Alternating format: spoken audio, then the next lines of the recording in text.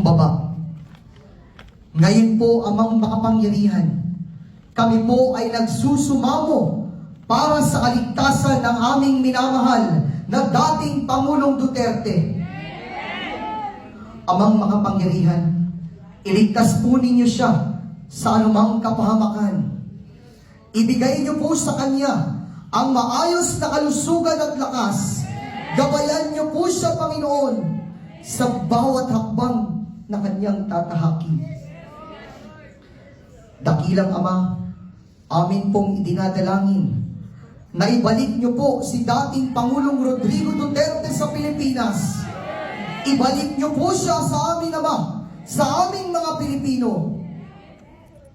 Panginoon, kami ay dumadalangin na sana'y makauwi ang aming Tatay Digong ng ligtas, malusog at may kagalakan. Pinagdarasal din namin, Amang makapangyarihan, ang kalusugan ni Vice President Sara Duterte, Mayor Baste Duterte, Congressman Pulong Duterte, Hanelet Abansenia at ang buong pamilya Duterte. Naway ingatan po ninyo sila, Amang makapangyarihan, sa lahat ng oras at bigyan nawa sila ng lakas. Panginoon, kami po ay nagdarasal para sa aming bansang Pilipinas. Nasanay maghari ang kabutihan, pagkakaisa at hustisya. Na ang mga tamang leader ay magkakaroon ng malasakit sa bayan, ang mapagpapatibay sa aming gobyerno at sa aming mga institusyon.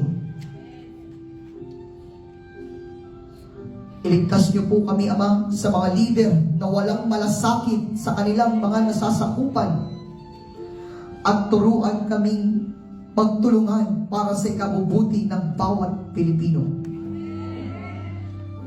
Panginoon, nawa po'y magpatuloy ang inyong biyaya at gabay sa bawat Pilipino at sa aming bansang Pilipinas. Ito po ang aming dasal. Ibalik ninyo si Tatay Digong at sa amin pong pagpapatuloy, Amang kapangyarihan. Ibinabalik po namin ang lahat ng papuri, ang lahat ng pagpapasalamat at kaluwalhatian ay para sa inyo, aming Amang makapangyarihan. Ang aming Panginoong Jesucristo na may likha ng lahat sa pamamagitan ng inyong anak.